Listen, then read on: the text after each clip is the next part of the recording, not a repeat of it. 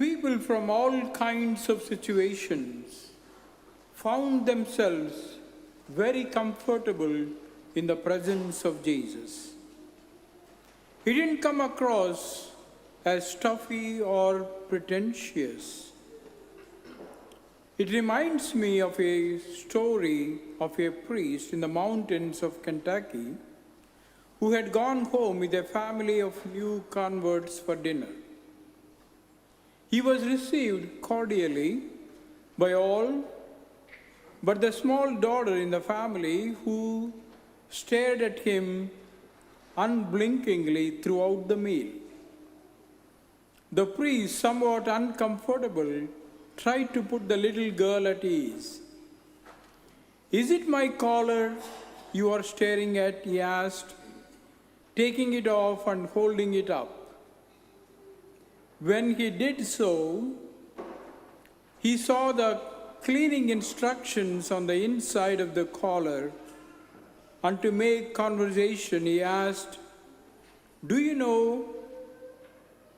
what it says here?" "Yes," responded the little girl. "My cat has a small collar like it. It says, 'Kills fleas for 6 months.'"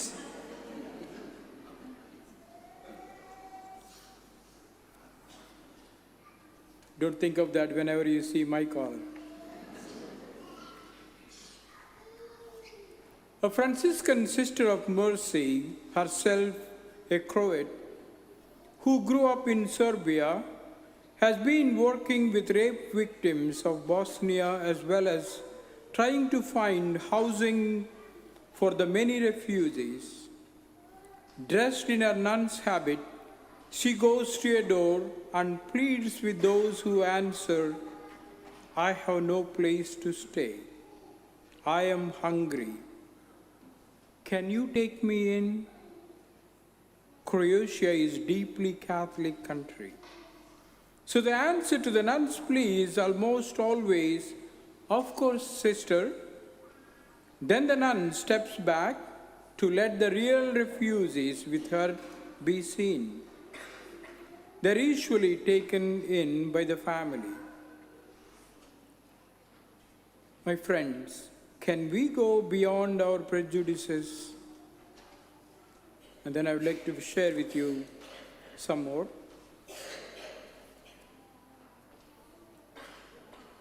Mahatma Gandhi, in his autobiography, tells how, during his days in South Africa as a young lawyer, he read the Gospels and saw in the teachings of Jesus the answer to the major problems facing the people of India, the caste system.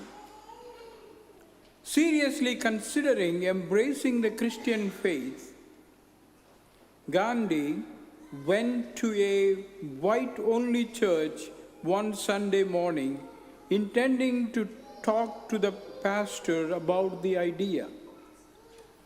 When he entered the church, however, the usher refused to give him a seat and told him to go and worship with his own colored people. Gandhi left the church, honestly, never returned. If Christians have caste differences also, he said, I might as well remain a Hindu.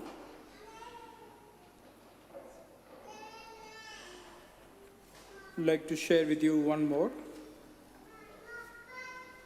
There is a story about a man named Jeremy Cohen, a Texan who, with his family, became host to a rabbi from Moscow one Christmas to treat the rabbi to a culinary experience unavailable to him in his own country.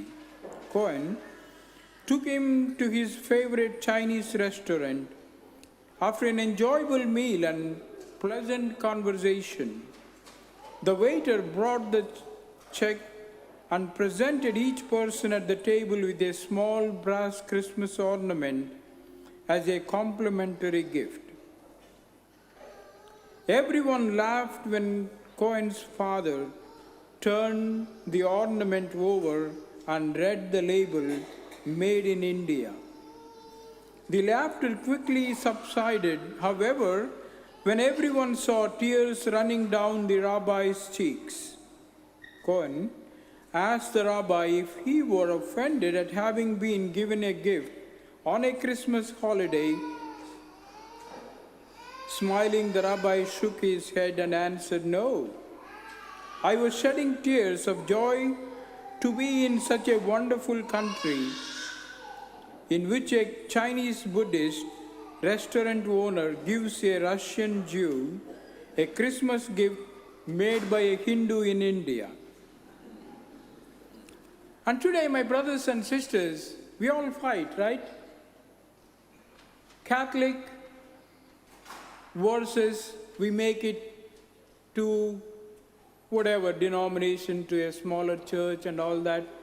And most of the time, Catholic, we are all Catholic, but we don't know the word. It means only universal. The church is spread throughout the world is the meaning. It is not that the church in Rome is the Catholic one. That is a mistaken identity we all have. Catholic, the very word means only universal. And today, my brothers and sisters, let us think of what God is talking about His church. And you and I have all greater ideas.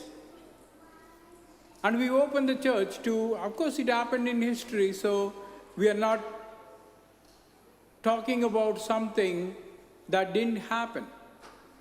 As Mahatma Gandhi always said to the Christians, "I'm ashamed of you for not being his disciples." He said that straight on their faces.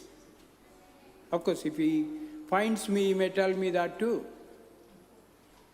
Because for the caste system we were born in, we were raised, and we couldn't get out of it. Even believing Christ Himself, believing that His church is universal, believing that His grace is universal, believing that God opens His doors to everybody. We read that in the first reading, my friends. His church, His temple is universal. He opens the doors to everyone, or to all the Gentiles. And His intention is always to open that to everyone, and He wants all the Gentiles to praise His name. And what is your contribution and what is my contribution? How do we allow other people to come in?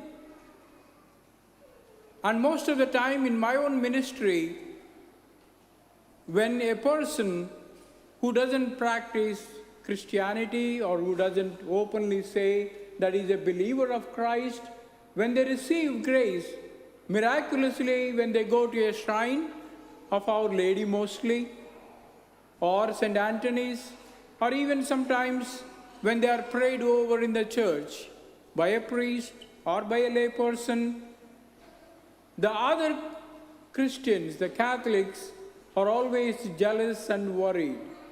How can God work there? I had been believing Him for 40 years, 90 years, 100 years.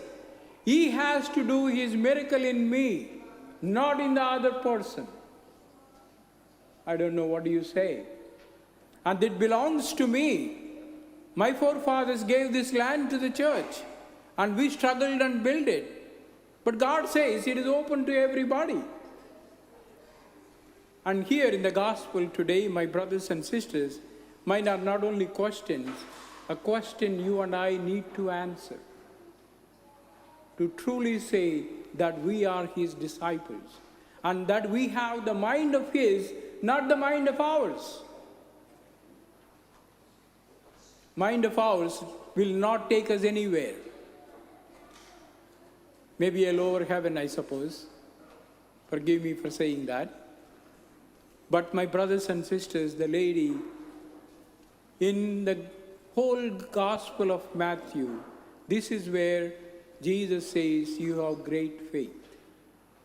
He doesn't say anywhere else there. And that woman was not a Jew.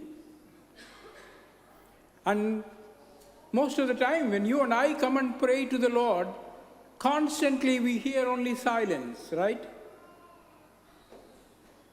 Maybe you all look okay, maybe you're getting answers and I don't get the answer. But the silence, my brothers and sisters, that woman didn't run away. She constantly pleaded the Lord. And even she reduced herself. She humbled herself, her dignity, everything. She gave up because she knew that everything that she had came from the Lord.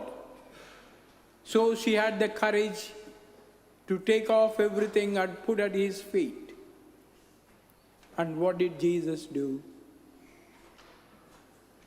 That is history. And today, my brothers and sisters, you and I can learn the same way.